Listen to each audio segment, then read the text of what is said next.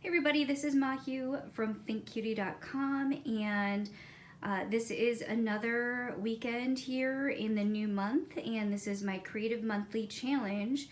And some of the things that I've been trying to do is kind of go through my supplies to kind of minimalize and clean up and organize some things that I've had. I wanted to do certain projects at the beginning of last year, but I didn't get to all of them, and just wanted to create some new items. So one of the things that I have right here that I wanted to try, because I've known other people who've actually done a lot of homemade products of their own, and a lot of people like buying the all natural soaps. I wanted to see if there was a way that I could also customize. So I've had these supplies. I wanted to do them before Christmas, but that didn't quite happen. So one of my challenges here this weekend is to try to use up my supplies and create and customize my own versions of soap. So these were also, gift ideas that I was thinking of. So I just went up and I went to places like Hobby Lobby and Michael's and just picked up different things that I wanted to maybe use to customize, bath and home care products. So I went and I bought this Castille soap base, which does use more natural products. And then I also wanted a little bit of scent, and this smells so good. It's like having, dozens of fresh oranges. It's very strong. So I have my little measurement here. I don't know if I'm going to need a teaspoon of that, but then I also picked up things like, coconut oil that I wanted to add in, and something else good and nurturing for the skin, because, being an artist and also cleaning my hands, I need to re-nurture my skin. So that's one of my projects that I'm actually working on for this weekend. And for those who saw last weekend, I've been working with wood cutouts. So there's some of the gold flakes that I used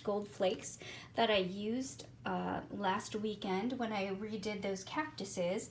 And I really like the way that this Lumiere paint right here actually worked as far as giving, an antique look. So I thought, I'm going to try to create different tones here with the bird, and I'm thinking I might go with like a blue-green tone and then try to accent it with some of the gold to antique it, and maybe even give it a little bit of a pattern. I might gold leaf some of the actual part of the tree that the bird is sitting on, but these were just clearance aisle items, and I just wanted to see if I could challenge myself and just recreate things. It had a little light on it, so I wanted to try to create that. So this is one of my challenges, to see if I can also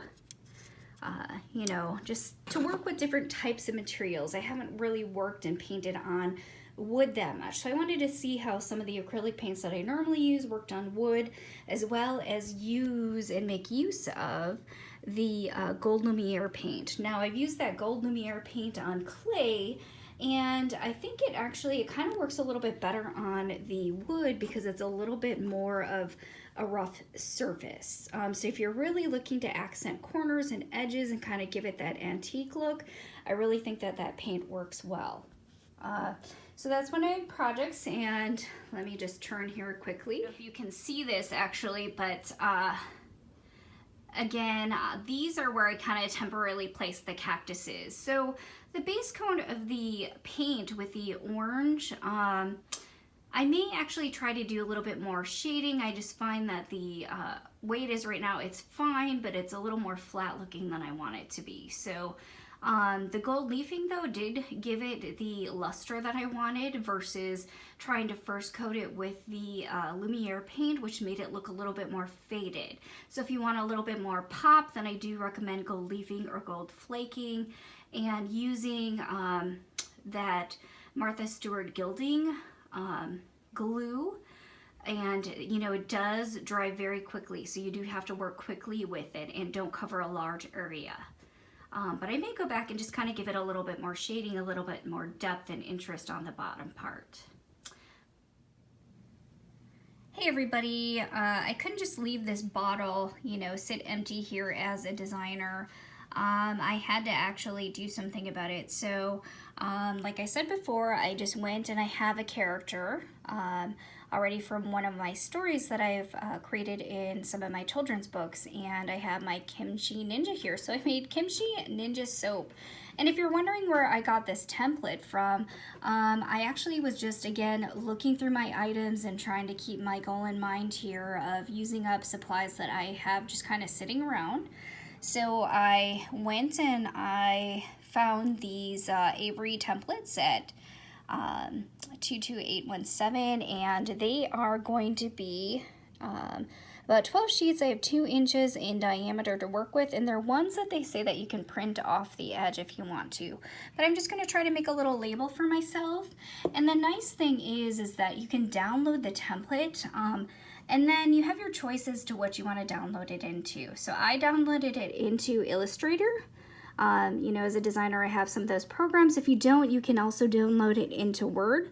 But I will show you. You have a bunch of options. So when you're downloading your template, you can either go to avery.com and log in as a guest or create a login. I don't know. I'm there a lot because I do buy their labels for different reasons. You can buy ones that are going to be more waterproof. You can buy different types of labels if you want them to absorb more of the ink, then you can, you know, find those as well. Mine are laser and inkjet ones. And I could download it into Photoshop as well, but I like working in Illustrator. I just like working in Illustrator because it creates different vector lines, and a lot of my characters that I create, I like clean lines, so I tend to use Adobe Illustrator more. But you have your choice. You can even use Apple Pages if you want to. So the big thing to remember when you're going to create labels, before you actually use the sheets that you're going to print out on, always do a test page. And I heard mine just printing at my printer in a different part of the studio here. So I'm gonna go run and grab those. And then all I do is I hold it up to a light source. You can hold it up to a lamp. You can hold it up to a light table just to see that they're gonna print out in the right area and that you have the paper facing in the right direction. You know, try not to use a lot of ink, but you definitely wanna do a test run before you go and you print out your projects. It'll help you in the long run. All right, well, I'm gonna go see how they turned out. Okay, well, I don't know if you can see this, but when I showed you the screen, there were little circles. It doesn't actually print out those circles. It just gives you the area that is printable. So when I did my test run, this is what it turned out to look like. You know, I can use these later, and I will keep this sheet because I did print it in color, and I can use them for all sorts of projects. So going back here to showing you the template on the screen, if you look on there, it's going to show you that there's a circle around it showing you the printable area, but they don't actually print out when you print them on your computer. So that's one thing to keep in mind. So this is just a test run, so if you actually, when you go to print them on the labels, it'll be just fine since they don't have those on there, but I need to hold them up to my light table and my light source to see if they're actually going to print in the right areas, and see if I have to adjust things on my computer program. Okay, so the 2-inch labels from Avery, I don't know if you can see that, they do have a shininess and a texture to them, and you can see that they're already perforated for when you want to cut them out. So because I think that'll work well, and it also help, you know, as far as waterproofing the bottle, since it is going to be near a sink and I'm going to be using it for my customized soap. So I'm just going to set this on top of here, and like I said, this is my test sheet, which is the exact 8.5 by 11, just to see that it's going to actually print out in the area. So we're going to go up to my light source, my light table, and I'm just going to see if they are going to be printing out in the correct areas. So as far as I can tell, sorry if this is a little bit jumpy on you, but I'm just looking to see that they are. In fact, it's a little harder for you to see this, but you know, I'm just checking to see that it is in fact within the circles, and it looks like it is. It looks like it's centered. I don't know if you can see that because there's writing on there, but it looks like it'll be just fine. So my characters will come out okay. So the test print was successful. Okay, I just kind of wanted to give you a better view. I actually put the color print out, and that's kind of one of the reasons too I did it in color, just to I put it behind there so that you could actually see, since you can see where the lines of the perforation are. And it looks like, you know, everything is pretty much lined up. I may just want to move up the bottom line because the letter on the bottom is coming down a little bit further than I want. But I'm still going to keep my other color printout that I did. And I'm just going to move the top part up a little bit. But, you know, that's how I proof my things. So I try not to print too many times and make errors. That's one of the tricks that you can use when you're trying to do, you know, printouts for labeling or things that need really exact measurements. And I really suggest this because there are some printers too. You kind of need to know what your own printer does, because there's some that will slip a little bit when the different labels or the different types of paper are also being fed into your printer. I just wanted to give you another tip here when you are going to be printing out into a printer. If you're a designer, you're going to be working with a wide range of printers and you need to know which side needs to be inserted. So I like to write that this was the top or the bottom of the sheet when I inserted it into the feeder. You can also put a little X on there just to see which side is going to print out when you're doing your tests, and that'll help you so that you can understand, you know, does my printer feed and then roll it through so that the top is actually on the underside. That's what you need to find out. Okay, you know, another thing I did want to point out too is the final label is printed out onto these round 2-inch Avery labels. And as you see, the colors are going to vary too. I did have mine as it should be set.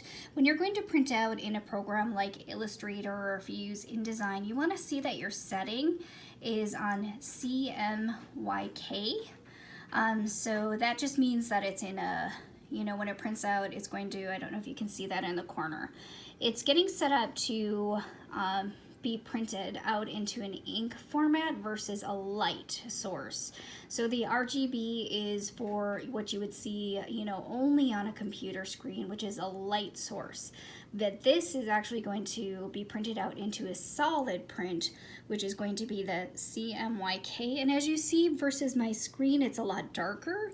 I'm using a Canon printer, so I do have some gradation in there, and it actually did show that really well. It's actually more visible on here, but I would say that my colors, when they printed out on this shinier texture, they turned out a little bit lighter than the dark black. So, which is just fine. They look really good. They actually are placed in the right places too. There's nothing that's cut off. So my test worked and everything looks good. I'm actually letting it just dry a little bit, but if you go back in there, I'm just gonna touch it right there.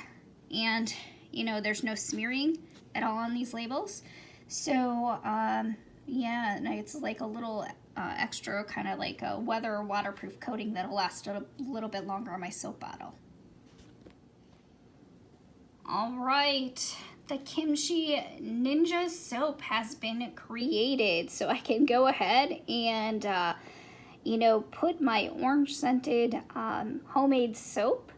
I think I'm actually going to add it to my bathroom here, but I actually bought another bottle so that I could also use it in the kitchen area as well. So, yeah, I don't know if I'm going to tie any ribbons around it, but the labeling turned out really well. So here's a way to personalize and customize and kind of make your own products. You can either do these for gifts or you can do those for yourself if you want to customize your own things in home. But now you can see what materials I've used if you're thinking of, you know, doing these kinds of creations on your own and how well they print it out. So if you like what you see, you can go ahead and find the same items. I just bought these in Office Depot, and you can find them at any like office supply store. All right, I will see you later. All right, everybody, have a great weekend. And this is Mahu from thinkcutie.com or the Kimchi Ninja. We'll see you soon.